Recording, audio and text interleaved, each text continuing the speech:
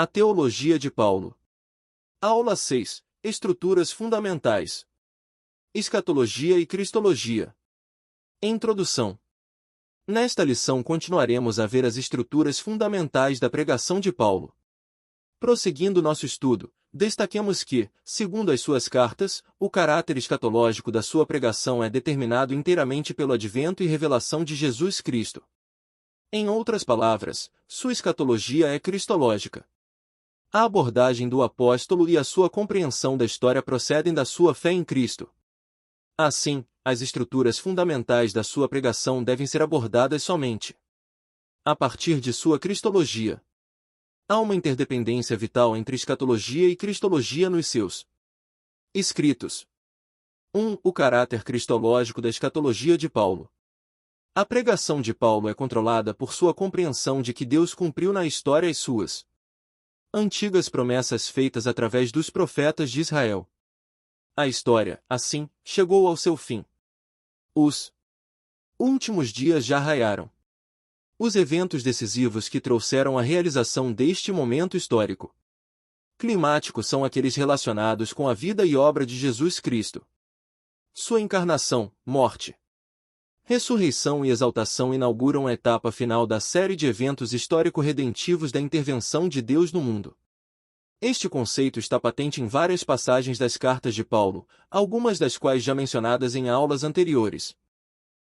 A vinda de Cristo traz a plenitude dos tempos. Vindo, porém, a plenitude do tempo, Deus enviou seu Filho, nascido de mulher, nascido sob a lei, para resgatar os que estavam sob a lei, a fim de que recebêssemos adoção de filhos. Gálatas 4, 4-5.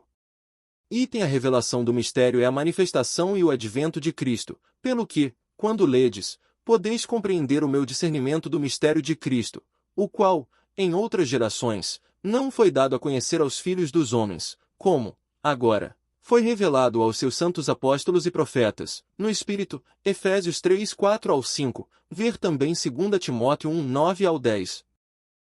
O mistério revelado pode ser resumido numa palavra: Cristo. Ponto para compreenderem plenamente o mistério de Deus, Cristo, em quem todos os tesouros da sabedoria e do conhecimento estão ocultos. Colossenses 2, 3-4.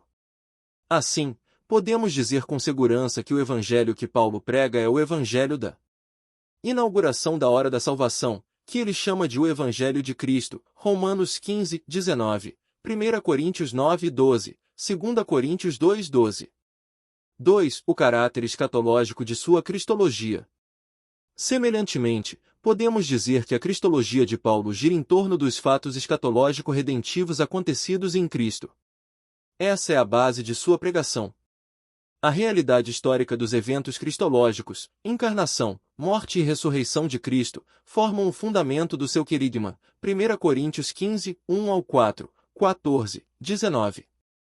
O caráter escatológico da cristologia de Paulo nos permite ver como o pensamento e a pregação do apóstolo estão organicamente unidos à revelação do Antigo Testamento. Para Paulo, o que aconteceu com Cristo representa o cumprimento e o término da série grandiosa de eventos redentivos ocorridos na história de Israel e que se encontram registrados nas Escrituras do Antigo Testamento. Esta série de eventos cristológicos é também o pressuposto da continuação e da consumação da história do mundo. Esta constatação nos permite analisar e rejeitar a sugestão do conhecido estudioso liberal alemão Rudolf Bultmann, de que a escatologia de Paulo é determinada inteiramente pela sua antropologia, doutrina do homem, e que o apóstolo havia perdido de vista a história de Israel e do mundo. Contrário a Bultmann, afirmamos que a escatologia de Paulo é controlada pelo conceito de Deus como Criador dos céus e da terra, que conduz todas as coisas à sua consumação final de acordo com a revelação profética do Antigo Testamento. É evidente das cartas de Paulo que o apóstolo entendia que Deus, em Cristo, havia trazido todas as coisas à sua consumação final. Verifiquemos as evidências abaixo.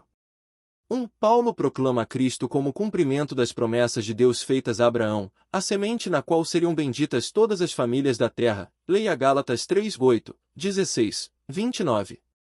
2. Paulo refere-se a Cristo como a revelação do mistério. O passado é visto, não somente como um tempo de trevas e ignorância, mas de preparação para a sua vinda. A graça, agora, tem sido revelada. Leia 2 Timóteo 1:9, Tito 1:2-3. 3. A vinda de Cristo e seu significado são entendidos à luz das Escrituras proféticas, Romanos 16:26. Um dos temas mais importantes da pregação de Paulo é que seu evangelho é de acordo com as Escrituras. Para ele, a vinda de Cristo não somente foi de acordo com as Escrituras, mas representa o próprio cumprimento delas. Leia Romanos 1:17, 3:28, veja ainda Romanos 4, onde Paulo usa a história de Abraão como demonstração da doutrina da justificação pela fé. Gálatas 3:6, 4:21, 1 Coríntios 10:1, Romanos 15:4, 1 Coríntios 9:10, 2 Timóteo 3:16. 3. Comparação da escatologia de Paulo com o judaísmo e os essênios. Já vimos que a pregação de Paulo é melhor entendida a partir de sua escatologia. Alguns estudiosos liberais que têm percebido este fato sugerem que Paulo simplesmente tomou as expectativas escatológicas do judaísmo, particularmente aquelas defendidas na literatura apocalíptica e dos essênios, e as adaptou, aplicando-as a Cristo. Por um lado, não se pode deixar de perceber que a escatologia de Paulo é claramente baseada nas escrituras do judaísmo, que era a mesma escritura dos essênios e da literatura apocalíptica. Mas, apesar de utilizar termos tradicionais e comuns do judaísmo, a escatologia de Paulo é essencialmente distinta das expectativas escatológicas do judaísmo e dos essênios em um aspecto central, que é a tensão entre o aspecto realizado e o ainda por realizar da obra redentora de Deus em Cristo. Tanto o judaísmo quanto a comunidade do Mar Morto, essênios, concebiam a história em termos do mundo presente e do mundo por vir, separados linear e radicalmente um do outro pela chegada ainda futura do Messias. Para Paulo, na verdade, para o Senhor Jesus e para os escritores do Novo Testamento, o mundo futuro, isto é, a nova era e a nova criação, já raiou com a vinda de Cristo. O Messias, a Igreja, entretanto, ainda vive no mundo presente no tempo correspondente a ele, que são os tempos do fim. Os dois mundos e as duas eras, ou ainda, os dois tempos, se sobrepõem, coexistindo lado a lado, até o momento da consumação. Os dois mundos. Esta característica da teologia de Paulo pode ser percebida nas passagens onde ele utiliza diferentes termos para se referir ao tempo presente, como o momento da história em que o mundo vindouro já penetrou. O tempo presente é marcado por sofrimentos. Romanos 8:18, é o tempo de hoje quando Deus reúne seus eleitos. Romanos 11:5, este século, com o qual os cristãos não devem se conformar. Romanos 12:2, o presente século já debaixo do senhorio de Cristo. Efésios 1:21, mas ainda esse mundo perverso. Gálatas 1:4, no qual já vivemos os fins dos séculos. 1 Coríntios 10:11, são os últimos tempos marcados pela apostasia causada pela influência demoníaca. 1 Timóteo 4:1, os difíceis de últimos dias, nos quais a depravação humana é mais e mais evidente. 2 Timóteo 3:1. Antes e agora esse contraste entre os dois mundos, ausente na apocalíptica e nos essênios, às vezes é expresso nas cartas de Paulo em termos de um contraste entre o antes, a vida não redimida antes do raiar do tempo da redenção, F2.2:12, e o agora, tempo da redenção, da nova criação e de cumprimento.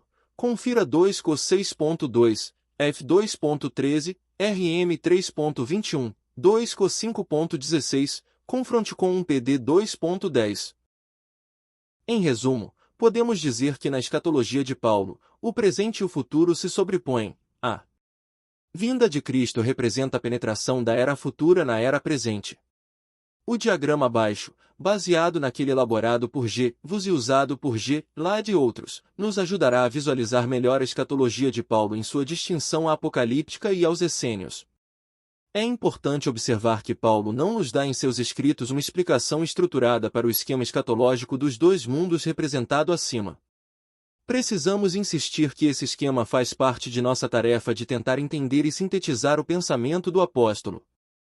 Como já havíamos mencionado antes, Paulo não era um teólogo que pensava sistematicamente em termos dos dois aeons, mundos.